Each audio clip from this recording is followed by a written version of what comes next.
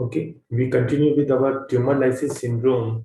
जैसे कि मैं बता रहा ट्यूमर लाइसिस सिंड्रोम को हम कंटिन्यू करेंगे।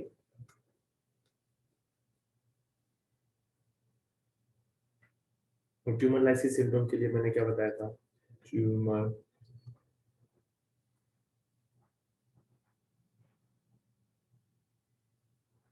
Tumour lysis syndrome means tumour का लाइसिस हो रहा है, मींस रप्चर हो रही है। तो cell rupture, and cell rupture होने से कौन कौन से इलेक्ट्रोलाइट्स के ऊपर इफेक्ट आता है? लाइक क्या होगा? Increase the uric acid level, increase the uric acid level. Second, increase the potassium level, and last one is the increase the level of the phosphate. Increase the level of the phosphate. Uric acid level increase होने से क्या develop होगा? Definitely renal failure. क्या develop होगा? Renal failure. increase the potassium level, जब भी increase the level of the potassium causes the acidosis, and यहाँ पे second thing क्या मिलेगा? decrease the level of the sodium. Okay, increase the phosphate level and decrease the level of the calcium. Decrease the level of the calcium.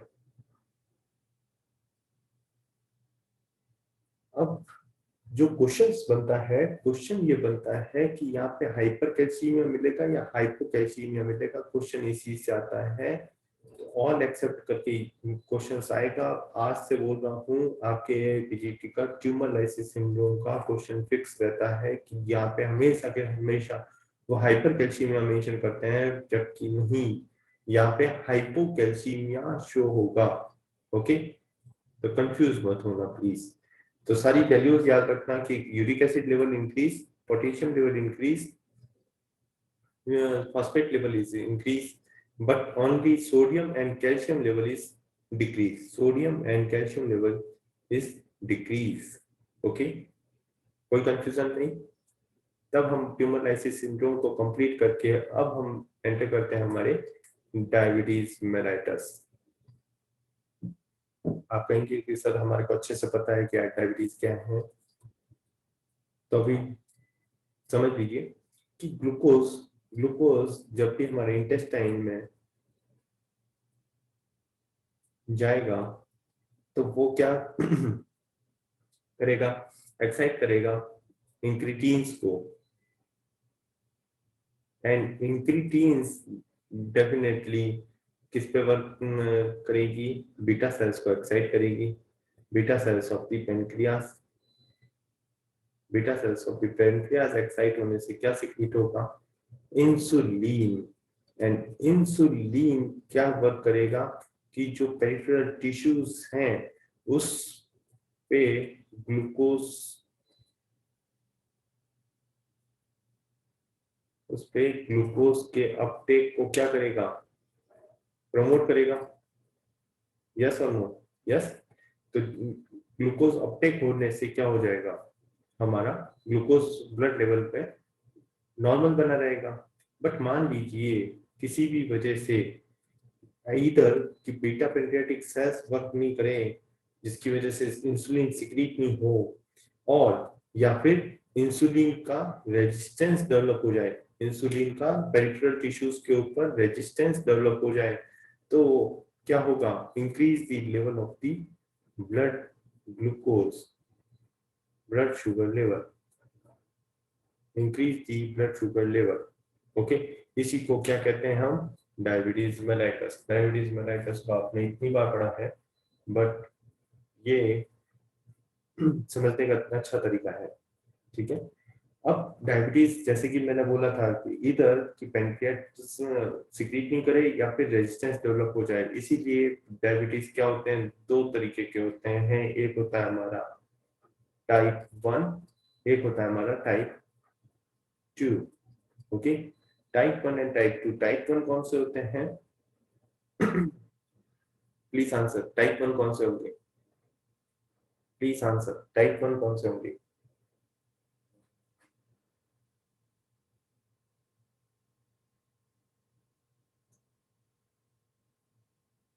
this one or this one?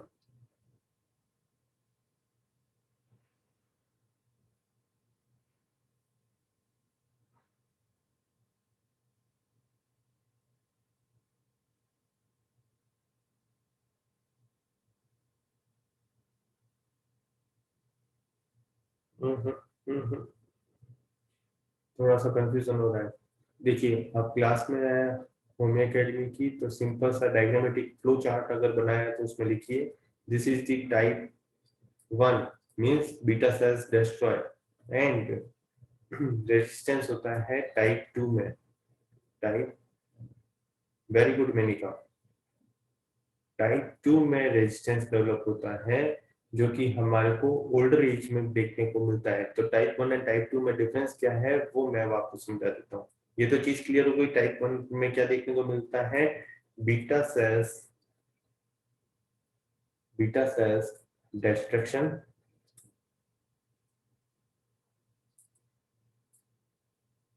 And type 2 में क्या मिलेगा, insulin resistance. Okay, तो beta cells distract हो गई है, तो वो क्या नहीं सिक्रीट कर पाएंगी, इंसुलिन सिक्रीट नहीं कर पाएंगी। तब जब हम insulin level in blood check करेंगे तो वहां पे क्या मिलेगा, इंसुलिन लेवल डेफिनेटली डिक्रीज, जिसको हम क्या बोलते हैं, ए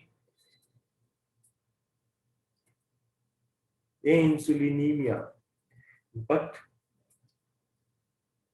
बट यहाँ पे इंसुलिन लेवल क्या मिलेगा, हाइपर इंसुलिनीमिया, क्योंकि यहाँ पे रेजिस्टेंस है।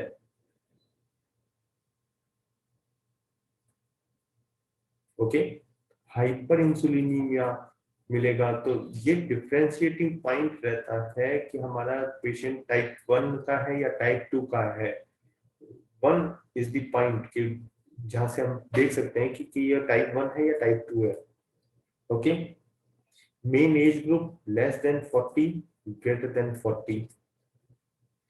बात करें HLA मीडिएटेड की, तो कौन सा HLA मीडिएटेड रहता है, डायरेक्ट क्वेश्चन पूछा जाता है। ये जो चार्ट बना रहा हूँ बहुत इंपॉर्टेंट चार्ट है। तो HLA mediated is type 1, HLA mediated, बहुत बार क्वेश्चन पूछा जाता है। तो अगर मैंने बोला है इंपॉर्टेंट है, तब तो भूलने का ही नहीं है आपको। ठीक है, HLA मीडिएटेड कौन सा होता है, DR3 and DR4, DR3 and DR4। Fourth point, यहाँ पे फैमिली हिस्ट्री एसोसिएटेड कौन सा होता है, फैमिली हिस्ट्री स्ट्रांगली एसोसिएटेड होती है, strongly associated with the type 2। Okay, fifth point, most common complication is type 1 is DKA, diabetic ketoacidosis. But यहाँ पे हमारे को टाइप सेकंड का कौन सा मिलता है, hyper osmolar non ketotic coma, hyper osmolar non ketotic coma. ये मेनली पेशेंट कैसे होते हैं, थिन। ये मेनली पेशेंट कैसे होते हैं, ओबेस। ये एसोसिएट करते हैं किसके साथ में, हाइपरटेंशन के साथ में एंड डिस्लिपिडीमिया के साथ में, हाइपरटेंशन एंड डिस्लिपिडीमिया के साथ में। ओके, एक वर्ड आपने सुना होगा, मोदी। वो नहीं जो अभी प्राइम मिनिस्टर है, वो नहीं। Maturity onset diabetes in young, क्या है इसकी फुल फॉर्म,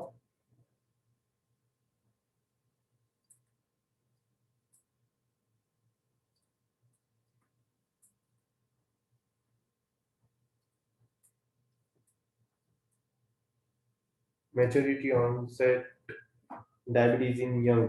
मेनली क्या होता है, ऑटोसोमल डोमिनेंट इनहेरिटेंस होता है, पहला पॉइंट याद रखना हमेशा। Then main age group is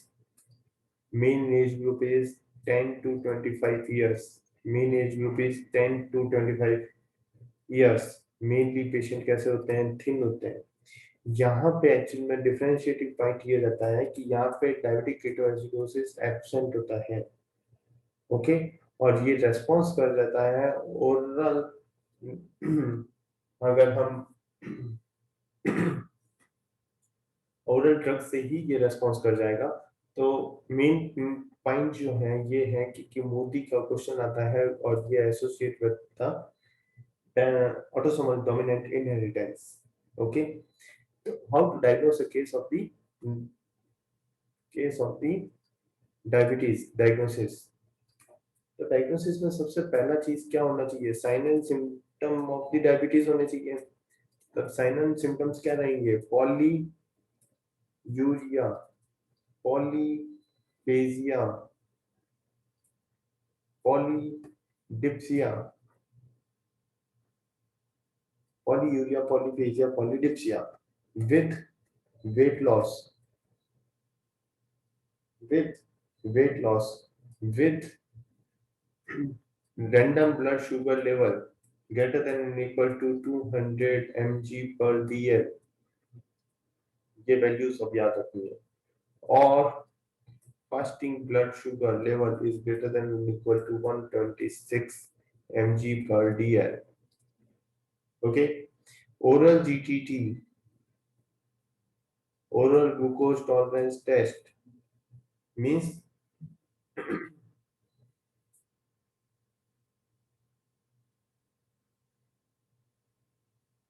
or too hard postprandial blood sugar। Oral GTT कैसे करते हैं? चलो सिंपल वे में बता ही देता हूं मैं ही। 75 gram glucose, 75 gram glucose patient को देते हैं और after 2 hours blood sugar level check करते हैं और if it is greater than equal to 200 denotes कि पेशेंट डायबिटिक है। और यही चीज सिंपल खाना खाने के बाद में 2 घंटे बाद में हमने ब्लड शुगर लिया है तो वो किससे ज्यादा होना चाहिए? Greater than equal to 200 mg per dl। And क्या रेंज को हम HbA1c की रेंज, ग्लाइसिटेटेड हीमोग्लोबिन जो रहता है HbA1c, HbA1c का लेवल क्या होना चाहिए परसेंटेज के अंदर रहती है? क्या लेवल रहेगा तो उसको हम डायबिटीज कहेंगे? Please answer.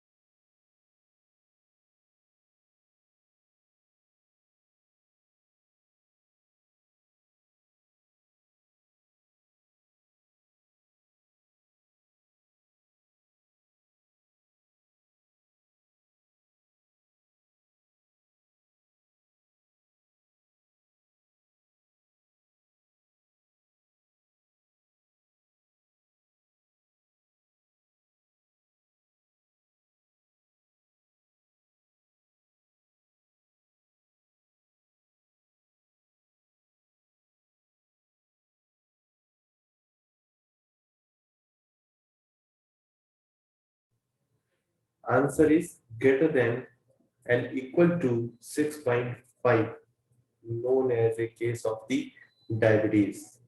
अब ये तो केस हो गया कि हाँ पेशेंट को हमने डायग्नोस कर दिया, पेशेंट है डायबिटिक है।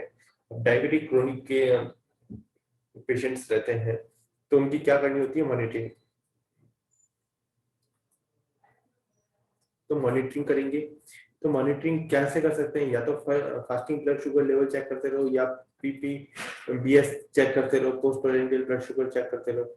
सेकंड थिंग, मॉनिटरिंग करने का अच्छा तरीका ये रहता है कि हम लॉन्ग टर्म कंट्रोल, 2 तरीके का कंट्रोल होता है, short term control and long term control. तो देखिए कैसे।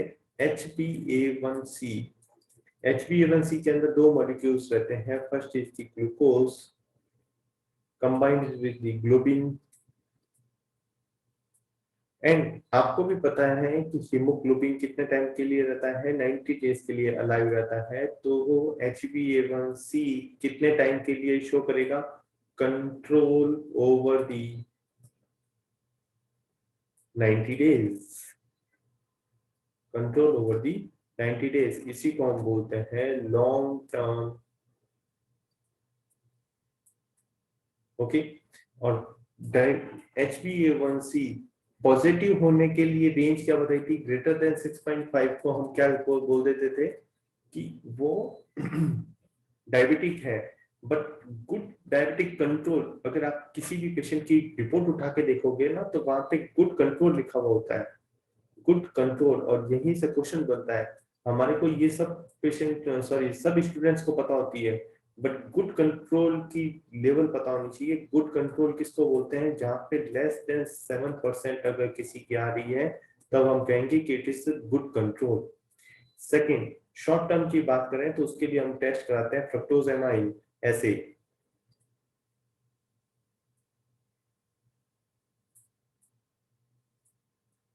फ्रक्टोजामाइन ऐसे, तो फ्रक्टोजामाइन ऐसे में क्या मिलेगा, दो component fructose combines with the albumin, and albumin alive for 2 weeks means it control over the, it means control for the 14, 2 weeks means 14 days. Okay, and it shows the short term, और direct पूछा जाता है कि short term control किससे show करते हैं, फ्रक्टोजामाइन ऐसे से, लॉन्ग टर्म HbA1c से। कोई कंफ्यूजन नहीं। देन नेक्स्ट, अब बात करते हैं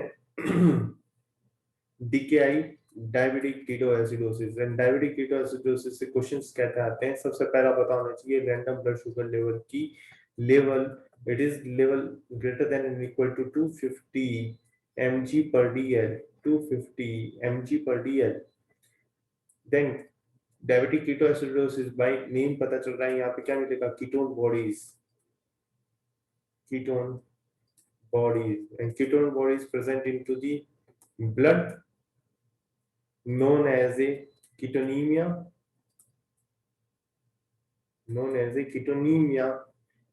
and ketone bodies also present into the urine known as a ketonuria.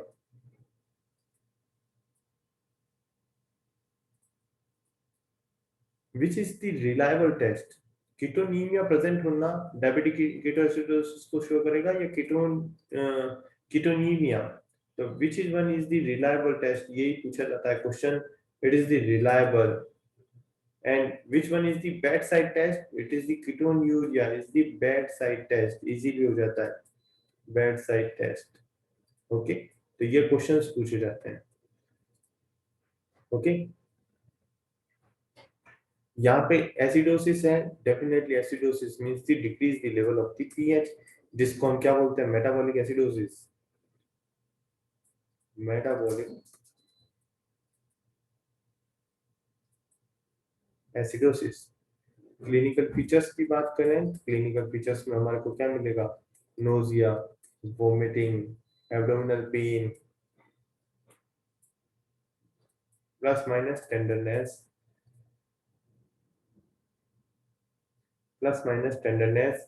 कुछ साइंस मिलेंगे जैसे कि increase the level of the respiratory rate, increase the heart rate, and hypotension,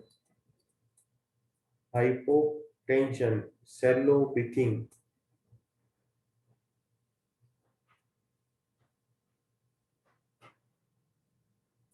shallow breathing।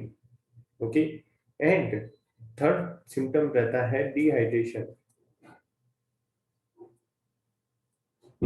Dehydration, and यहाँ पे जो डिहाइड्रेशन डेवलप होता है वो बहुत इंपॉर्टेंट होता है। प्लस प्लस डायबिटिक कीटोएसिडोसिस का डिहाइड्रेशन इंपॉर्टेंट क्यों होता है, क्योंकि यहाँ पे केवल 1 या 2 बार वोमिटिंग करने पे ही उसको इतना ज्यादा डिहाइड्रेशन हो जाएगा कि वो कॉरेस्पॉन्ड ही नहीं करता है कि जितनी वोमिटिंग नहीं हुई है उतना ज्यादा डिहाइड्रेशन हो गया पेशेंट को। तो this denotes the patient with the diabetic ketoacidosis. Okay, जहाँ पे 1 या 2 वोमिटिंग में ही डिहाइड्रेशन प्लस प्लस मिलने लग जाए, ओके, उसको हम बोलते हैं डायबिटिक कीटोएसिडोसिस हो सकता है पेशेंट को। ओके, देन अब हम बात करते हैं टाइप 2 का complication. It is the hyper osmolar non ketotic coma, जो कि मेनली किस में देखने को मिला था हमने, टाइप 2 डायबिटीज मेलाइटस। कोई कंफ्यूजन नहीं। यहाँ पे याद रखने वाली चीज ये है कि यहाँ पे random blood sugar level is 600 to 1000 mg per dl। Okay, यहाँ पे कीटोन बॉडीज क्या होंगी,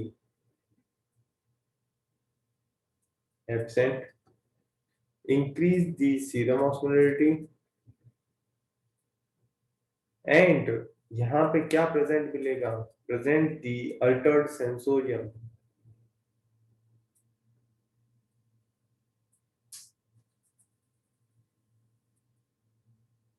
Altered sensorium.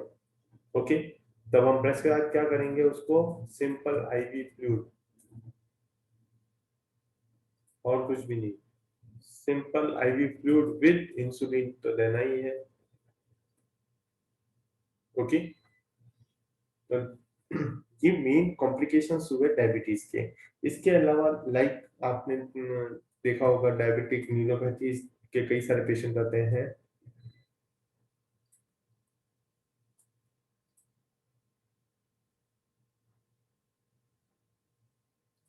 Diabetic neuropathy, diabetic neuropathy को पहले हम बात करते हैं पॉली न्यूरोपैथीज कैसे डेवलप होती हैं, फिर मोनो की बात करेंगे।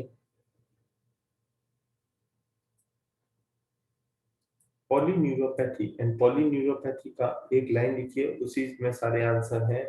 Polyneuropathy are the distal symmetrical,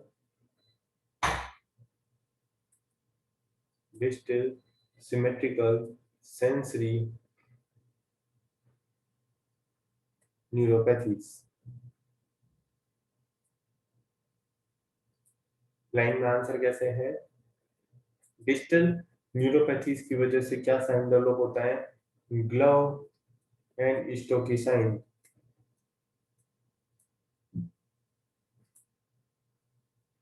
okay, most common neuropathy is the sensory. Most common type is the sensory neuropathy. First sensation lost की अगर बात करें, first sensation lost की अगर बात करें, it is the vibrational। कई सारे क्वेश्चंस देखने को मिलेंगे, ये मैं आपको जो बता रहा हूँ यही सारे क्वेश्चंस देखने को मिलते हैं। वाइब्रेशन फॉर 1828 हर्ट्ज, ये इतना नहीं पूछा जाता, बट वाइब्रेशंस वाला ये जरूर याद रखिए, ठीक है। जिसकी वजह से क्या डेवलप होता है, tingling and nervousness known as the paraesthesia, and paraesthesia ultimately develop into the anaesthesia. यहाँ तक कोई कंफ्यूजन नहीं। पॉली कंप्लीट होने के बाद में हम बात करते हैं मोनोन्यूरोपैथीज की। Okay, second point is the मोनोन्यूरोपैथी।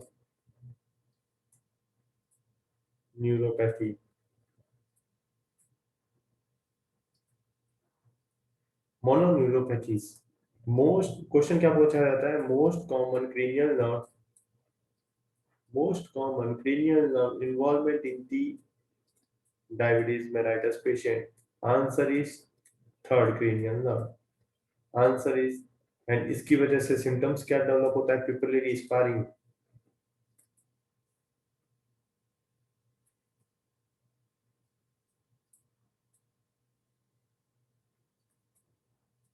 Okay, then third third one is the autonomic neuropathy. Autonomic neuropathy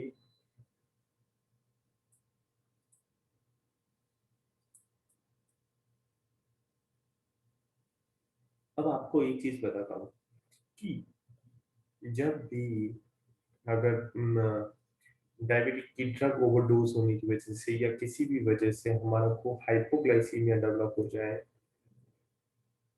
तब आपको पता है कि ये क्या करेगा, पॉजिटिव फीडबैक देगा किसको, एएनएस को, ऑटोनोमिक नर्वस सिस्टम को। तो वो para sympathetic and sympathetic nerve fibre के थ्रू क्या वर्क करेगा, Parasympathetic work on the sweating and increase the sweating.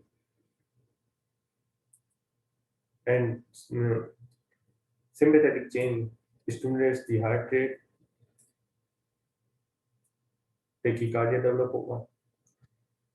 But अगर हमारा ऑटोनोमिक न्यूरोपैथीज डेवलप हो गया है, means ANS system and activate नहीं होगा, स्वेटिंग नहीं हो पाएगी, हार्ट रेट इंक्रीज नहीं हो पाएगी, तो अल्टीमेटली हाइपोग्लाइसीमिया पेशेंट किस में चला जाएगा? Loss of consciousness, and loss of consciousness ultimately brings the seizures. Okay, जिसको हम क्या बोलते हैं, एक बहुत प्यारा वर्ड है और वो known as a hypoglycaemic unawareness.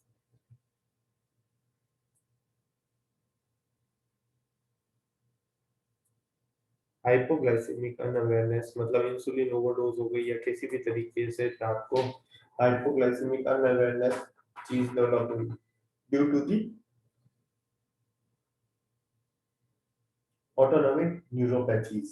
Okay, अब आपको पता होना चाहिए हाइपोग्लाइसीमिया क्या है. ओके, तो हाइपोग्लाइसीमिया का एक ट्रायंगल अपने को पता होना चाहिए.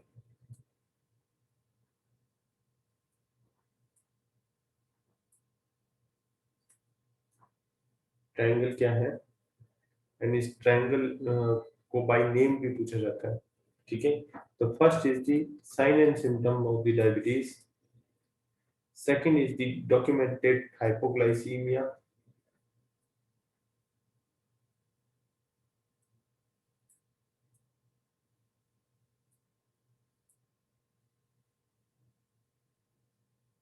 And reversal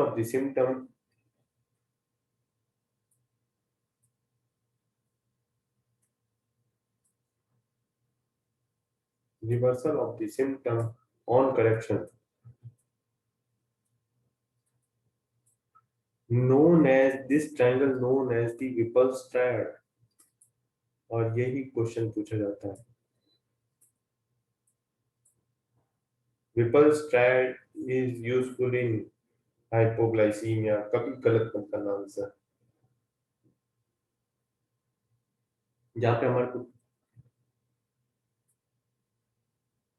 आज का सेशन हमारा 10 मिनट में ओवर हो जाएगा, तो यहाँ पे हमारी क्लास ओवर हो जाएगी. ओके, तो we continue our next session with the endocrine का भी हमारा पोर्शन जस्ट थायराइड ही बचा है. थायराइड के अलावा कुछ भी नहीं है. तो एंडोक्राइन का थोड़ा सा portion, then we continue with the CNS system. सबसे पहले हम सीएनएस को कंप्लीट करेंगे. तो एक चीज ध्यान रखिए, पहले आप जो नेक्स्ट संडे रहेगा, नेक्स्ट संडे की जो भी डेट है, on next Sunday first endocrine then CNS. Okay, और सीएनएस के बाद में आपका एक ही सिस्टम बचेगा, वो है सीबीएस. ओके, तो वहां पे हमारा कंप्लीट हो जाता है क्या, प्रैक्टिस ऑफ मेडिसिन. तो हम एंडोक्राइन कंप्लीट करके सीएनएस को नेक्स्ट संडे से स्टार्ट करेंगे. तो अभी 10 मिनट में हम ये कंप्लीट करते हैं हमारा पोर्शंस, जहाँ पे हमारे को क्या मिलेगा, हाइपोग्लाइसीमिया में decrease level of insulin, common चीज है. ग्लूकोज लेवल बढ़ाना है तो increase the glucagon, glucagon, and all three values are decreased like cortisols, epinephrine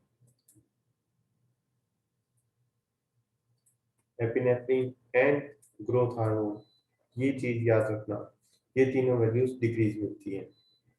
ठीक है,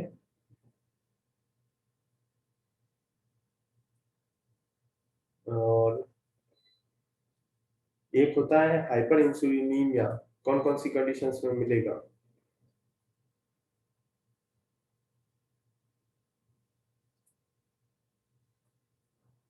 हाइपर इंसुलिनीमिया, तो इसमें एंडोजीनस कॉज, एंडोजीनस कॉज में इंसुलिनोमा,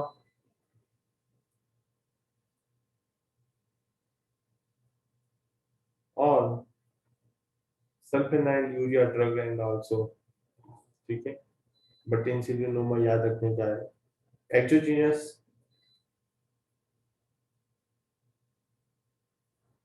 एक्सोजीनस में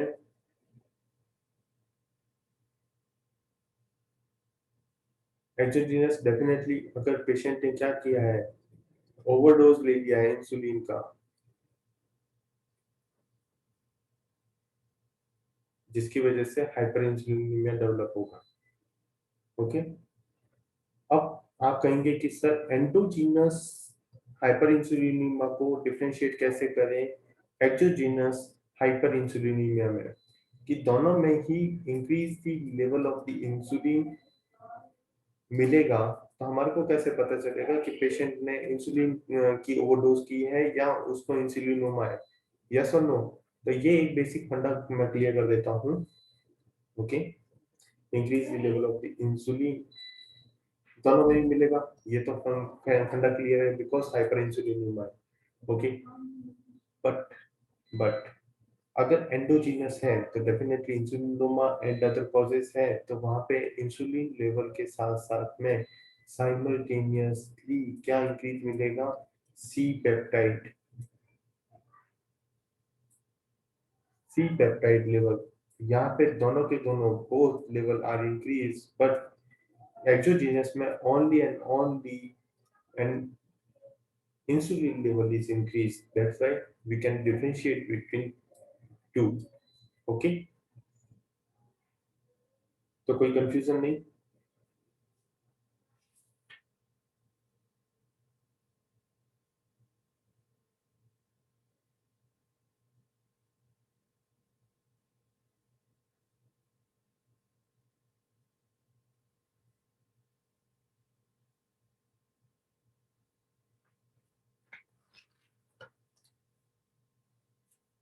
एक बेसिक फंडा बता देता हूँ, क्योंकि थायराइड में नेक्स्ट से स्टार्ट करना चाह रहा हूँ, तो एक बेसिक फंडा देख लीजिए। Management of the diabetes type 2 का मैं बता रहा हूँ, जहाँ पे अगर फास्टिंग ब्लड शुगर लेवल के बेसिस पे हम ट्रीटमेंट सेलेक्ट करेंगे।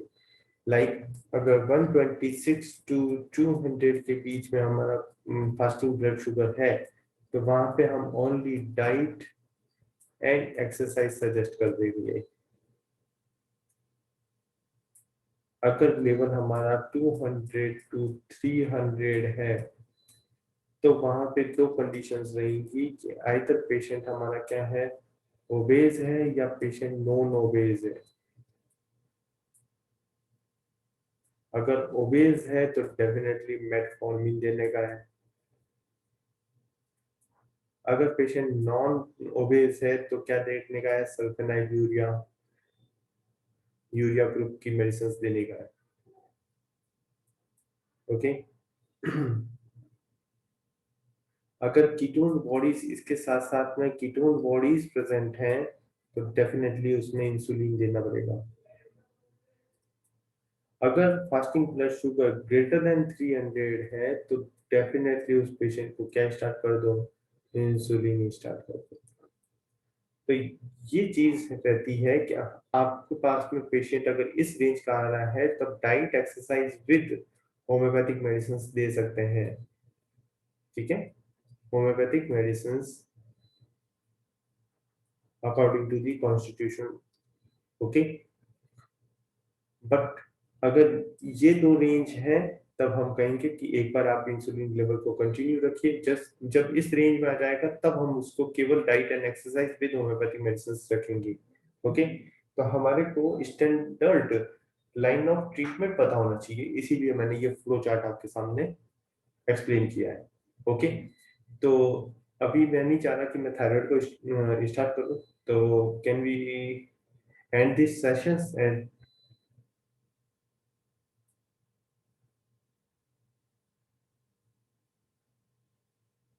Yes, okay, thank you everyone. Next Sunday हम स्टार्ट करेंगे हमारा थायराइड। ओके, तो आप थायराइड कंप्लीट करके आइए। एंड हमारा CENS बहुत इंपॉर्टेंट टॉपिक है, कई सारे क्वेश्चंस आते हैं, कंफ्यूजन रहते हैं, मैं सारे कंफ्यूजन दूर करूंगा आपके। ओके, तो थैंक यू एवरीवन।